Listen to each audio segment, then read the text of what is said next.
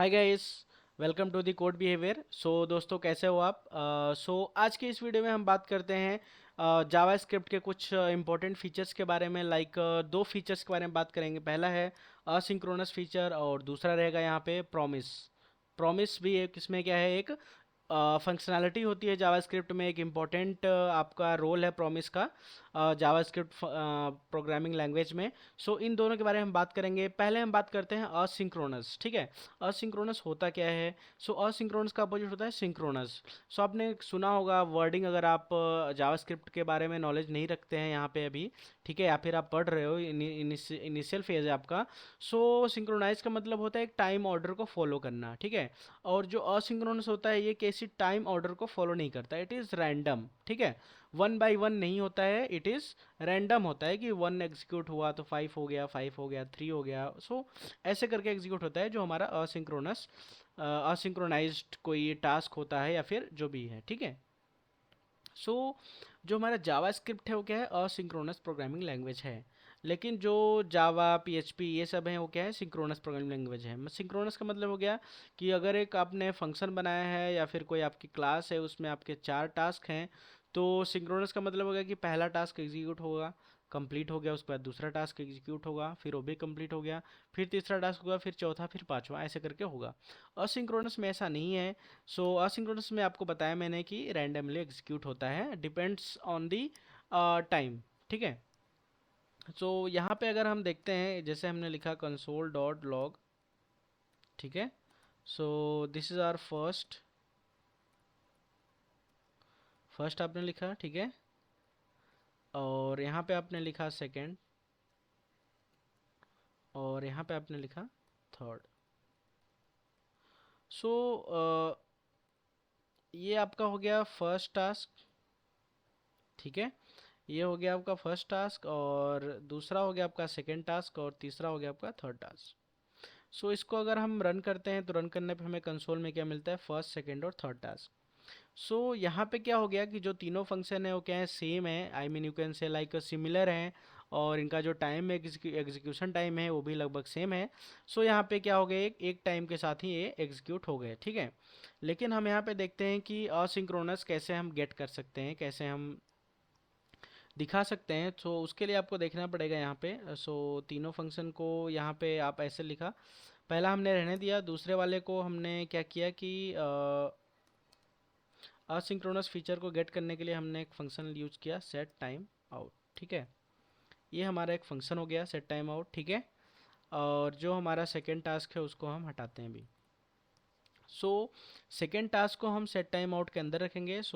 यहाँ पे एक पैरामीटर में एक फंक्शन पास कर दिया हमने। ठीक है, और यहाँ पे हम रखते हैं कौन सा फंक्शन, सेकेंड फंक्शन। ठीक है, जो हमारा सेकेंड टास्क है उसको हम यहाँ पे इंसर्ट करते हैं। This is our second task, और इसको एग्जीक्यूट होने में हम टाइम आउट करते हैं 3 सेकेंड। ठीक है, ये मिली सेकेंड में होता है, इसलिए 3000 मिली सेकेंड को 3 सेकेंड हम बोलते हैं। ठीक है, गाइज यहाँ पे क्या होगा, यहाँ पे पहले फर्स्ट टास्क एग्जीक्यूट होगा अगर कोई सिंक्रोनस प्रोग्रामिंग लैंग्वेज है, या फिर अगर हम बात करें जो नेचुरल बिहेवियर होना चाहिए, उसके बाद सेकेंड टास्क भी परफॉर्म होना चाहिए, उसके बाद थर्ड टास्क होना चाहिए। लेकिन यहाँ पे क्या होगा, यहाँ पे इसको हम रन करके देखते हैं कैसे एग्जीक्यूट हो रहा है। आपने देखा फर्स्ट टास्क हो गया, थर्ड टास्क हो गया, उसके बाद 3 सेकेंड बाद क्या हुआ, जो हमारा सेकेंड टास्क है वो एग्जीक्यूट हुआ यहाँ पे। ठीक है, तो इसमें क्या हो गया, इसमें जो होता है कि अगर हम इसको सिंक्रोनस लेते हैं, अगर ये सिंक्रोनस फंक्शन है, ठीक है, अगर ये सिंक्रोनस है तो सिंक्रोनस के केस में क्या होता है कि जैसे ये हमारे पे 3 टास्क हो गए। ठीक है, पहला टास्क ले रहा है 1 सेकेंड, दूसरा 3 सेकेंड, और चौथा 1 सेकेंड। ठीक है, सॉरी थर्ड यहाँ पे 1 सेकेंड ले रहा है। तो अगर आप सिंक्रोनसली इसे एग्जीक्यूट करोगे तो ये लेगा 3 1 4 1 5, टोटल 5 सेकेंड लेगा एग्जीक्यूट होने में, ये टोटल टास्क। लेकिन आप सिंक्रोनस लेते हो, सॉरी असिंक्रोनस लेते हो, जो कि जेएस का फीचर है। इसमें क्या होगा, पहला टास्क एग्जीक्यूट हुआ, उसके बाद जैसे ही ये एग्जीक्यूट होना शुरू हुआ, तो ये क्या आ रहा है, ये टाइम टेकिंग है, तो उसी टाइम में ये वाला टास्क एग्जीक्यूट हो जाएगा और सेम टाइम पैरेलल टाइम में ये वाला टास्क भी एग्जीक्यूट होने लग जाएगा। सो टोटल टाइम इस केस में कितना लग जाएगा 314, क्योंकि इसका अलग से कोई टाइम नहीं है, ये इसी टाइम में यहाँ पे जो ये सेकंड फंक्शन है सेकंड फंक्शन के साथ ही एग्जीक्यूट हो गया है। ठीक है, तो जो हमारा असिंक्रोनस होता है, असिंक्रोनस जो लैंग्वेज होती है वो क्या होती है, फास्ट होती है as compare to synchronous language. ये हमने देख लिया कि जो हमारा असिंक्रोनस है उसके क्या एडवांटेज है, मतलब वो एज कम्पेयर टू फास्ट होती हैं। अब हमें क्या देखना है, कुछ डिसएडवांटेज हमें देखने हैं कि डिसएडवांटेज भी होते हैं क्या इसके।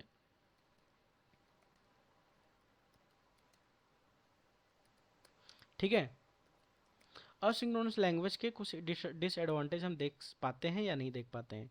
सो जैसे हमारे पास दो वेरिएबल हो गए, पहला वैर ए, दूसरा हो गया वैर बी इज इक्वल टू 20 ले लिया हमने। ठीक है, फिर हम क्या करते हैं, इसको कॉपी करते हैं, कॉपी करके हमने यहाँ पेस्ट किया और यहाँ पे हम क्या करते हैं, ठीक है, यहाँ पे हम b की वैल्यू को मॉडिफाई करते हैं, that should be equal to 50। b की वैल्यू को हमने मॉडिफाई किया आगे चल के। फिर अब उसके बाद हमने क्या किया कि इसको हमने ऐड करा दिया लास्ट में, किसको, a और b को, a प्लस बी। अब आप यहाँ पे एग्जाम रिजल्ट की बात करोगे तो रिजल्ट में आप कहोगे यहाँ पे a 10 है, b 20 है, बाद में जाके मॉडिफाई हो गया 50, तो a और b ऐड करना है तो 50 हो गया, 50 और a 10, 60 होना चाहिए यहाँ पे। ठीक है, सो लेट्स एग्जीक्यूट दिस। सो इसको हम एग्जीक्यूट करते हैं और देखते हैं क्या रिजल्ट आता है, 60 आता है या फिर 30 आता है, ये हम चेक करते हैं। आपने यहाँ क्या देखा, 30 एग्जीक्यूट हो गया, हमें क्या मिला 30, जबकि हमें मिलना क्या चाहिए था 50। क्यों, क्योंकि हमने b की वैल्यू को कुछ टाइम बाद हमने जाके मॉडिफाई कर दिया। आई मीन हम जब कोड लिख रहे थे तो पहले हमें b 20 था, बाद में हमें किसी अकॉर्डिंग ज़रूरत पड़ी तो हमने 50 कर दिया, लेकिन यहाँ पे जो रिजल्ट मिला हमें, रिजल्ट क्या मिला, 60 मिला। तो ये तो डिसएडवांटेज हो गया किसका, असिंक्रोनस लैंग्वेज का।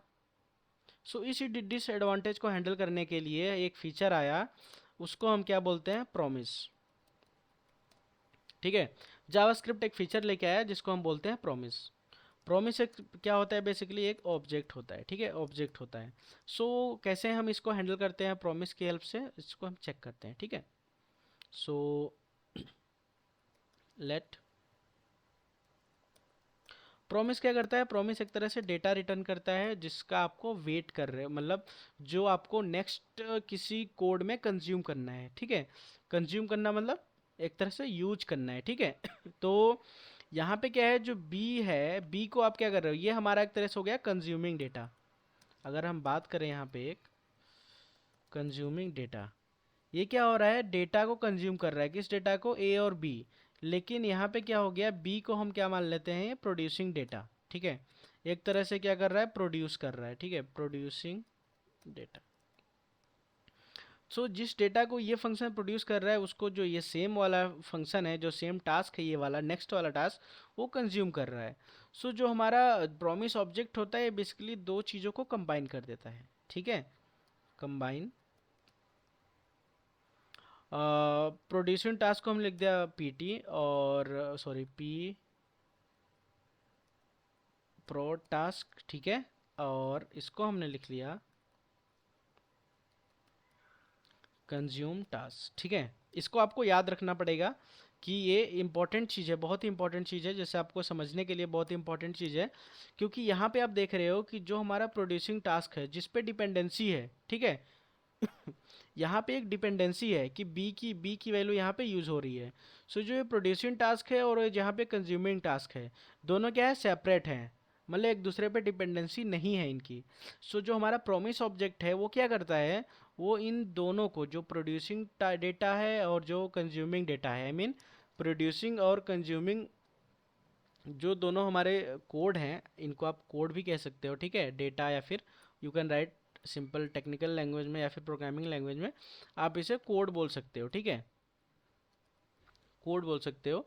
सो इन दोनों को कंबाइन कर देता है, कंबाइन करता है तो एक दूसरे पे डिपेंडेंट हो जाते हैं, और जब डिपेंडेंट हो जाएंगे तो ये सही रिजल्ट देंगे। सो चेक करते हैं हम कैसे इसको हम यूज़ कर सकते हैं। सो प्रॉमिस को हम यहाँ पे यूज़ कर रहे हैं और यहाँ पे हम क्या करते हैं, पास करते हैं रिजॉल्व, रिजेक्ट। ठीक है। सो प्रॉमिस में हम यहाँ पे दो चीज़ें पास कर दिया हमने। पहला क्या हो गया, रिजॉल्व, और दूसरा क्या हो गया, रिजेक्ट हो गया। ठीक है।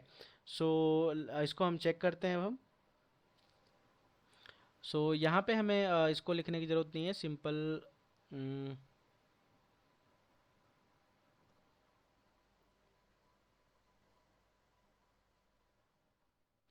सॉरी, यहाँ पे हमने, ठीक है, हमने यहाँ पे क्या किया, एक हमने फंक्शन पास कर दिया। सबसे पहले अगर मैं यहाँ पे चेक करूँ, सो ये हो गया। ठीक है, हमने एक फंक्शन पास कर दिया, और इस फंक्शन के जो पैरामीटर होंगे वो क्या होंगे, रिजॉल्व और रिजेक्ट। ठीक है। अब क्या होगा यहाँ पे, रिजॉल्व और रिजेक्ट मतलब एक सक्सेस हो गया, दूसरा एरर हो गया। अब हम क्या करते हैं, इस जो हमारा प्रोड्यूसिंग कोड है इसको हम यहाँ पे लिखते हैं।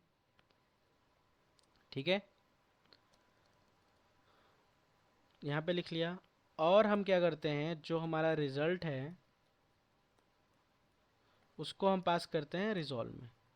पास कर दिया हमने रिजॉल्व में। ठीक है। अब क्या करेगा, अब यहाँ पे हमने जो हमारा प्रोड्यूसिंग कोड था, ये हमारा प्रोड्यूसिंग कोड था। ठीक है, ये हमारा प्रोड्यूसिंग कोड था। अब क्या करेगा, हो गया, अब हमें क्या करना है, इस प्रोड्यूसिंग कोड को किससे कंबाइन करना है, कंज्यूमिंग कोड से। सो कंज्यूमिंग कोड क्या हो गया, ये हो गया। अब इसको हमें यूज़ करना है। सो इसको हम यूज़ कैसे करते हैं, so you can write like waiting data dot then. ठीक है। अब यहाँ पे हम क्या करेंगे, फिर से फंक्शन पास करते हैं। फंक्शन हमने पास किया। ठीक है। और ये पहले फंक्शन में हमने क्या किया, डेटा, और यहाँ पे लिख सकते हो आप b is equal to data. आप यहाँ पे डेटा लिखो, दोबारा असाइन करो या ना करो। अब आप क्या करोगे, ये वाला जो लाइन हमारा कोड है, कंज्यूमिंग कोड, इसको आप क्या करोगे, इसके अंदर लिखोगे। ठीक है। और a प्लस बी आपका आ गया। तो पहले हमारा क्या आ रहा था, a प्लस बी की वैल्यू 30 आ रही थी, यहाँ पे आप देख सकते हो 30। ठीक है। अब हम क्या करते हैं, इस लाइन को हम कमेंट करते हैं। अब हम चेक करते हैं कि जो हमारा a प्लस बी की वैल्यू है वो यहाँ पे क्या आ रहा है। ठीक है। So let's check.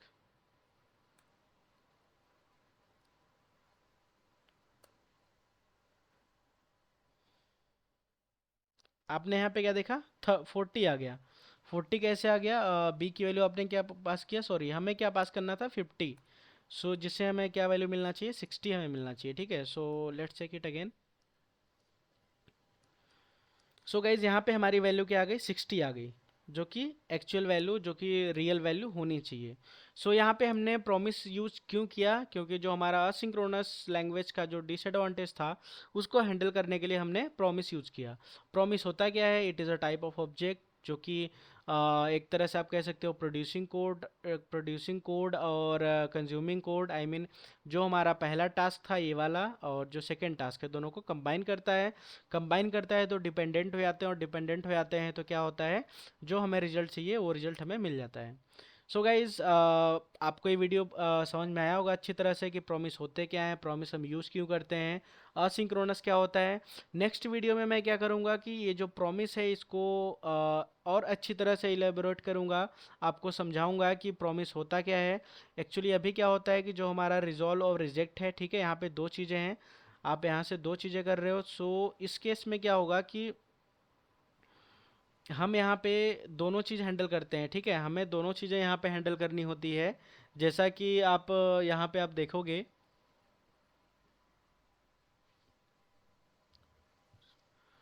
यहाँ पे क्या हो गया, रिजॉल्व हमने क्या किया, यहाँ पे पास किया है, केवल रिजॉल्व पास किया है। ठीक है। हम रिजेक्ट भी पास करेंगे कि अगर रिजेक्ट हुआ हमारा जो टास्क है, तो रिजेक्ट के केस में क्या हमें आउटपुट दिखाना है। ठीक है। सो यहाँ पे हम दो चीज़ें पास करेंगे, और यहाँ पे हमें जो एक फंक्शन से हमने हैंडल किया है, हम फिर दोनों फंक्शन को यहाँ पे हम हैंडल करेंगे इनसाइड दी देन फंक्शन। ठीक है। सो गाइज, अगर आपको कोई क्वेरी है प्रॉमिस या फिर असिंक्रोनस फंक्शन के रिगार्डिंग, फीचर के रिगार्डिंग, तो you can ask in comment box, and for the next video to understand more about promise object, so please subscribe the channel. Thank you very much.